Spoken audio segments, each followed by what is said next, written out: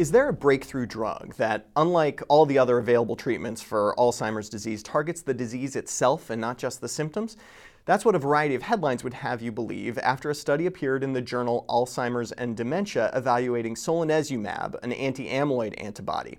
But in my opinion, this is flat out wrong. In fact, this article, which is incredibly dense and reads something like a love letter to the FDA, is a masterclass in how to spin your very expensive drug that failed its original clinical trial. Here's the story. Eli Lilly ran 2 phase 3 clinical trials of Solanezumab in patients with mild to moderate Alzheimer's dementia, Expedition 1 and Expedition 2. Expedition 1 missed its primary endpoint, 2 cognitive function scales. We'll call them scale A and B. But they measured a ton of scales in that study, and they found that there was a significant difference in cognitive scale X. Thinking quickly, they converted Expedition 2's primary outcome to cognitive scale X. This was clever, but swing and a miss, Expedition 2 did not achieve statistical significance on this scale.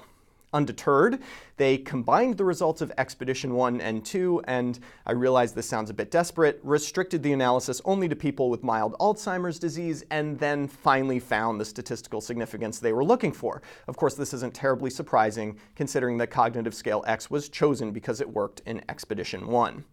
Now, the current study is what's called a delayed start analysis. Here's how this works. Expedition 1 and 2 were placebo-controlled, but the people on placebo could switch over to Solanezumab after 80 weeks. So effectively, we have an early start group and a late start group.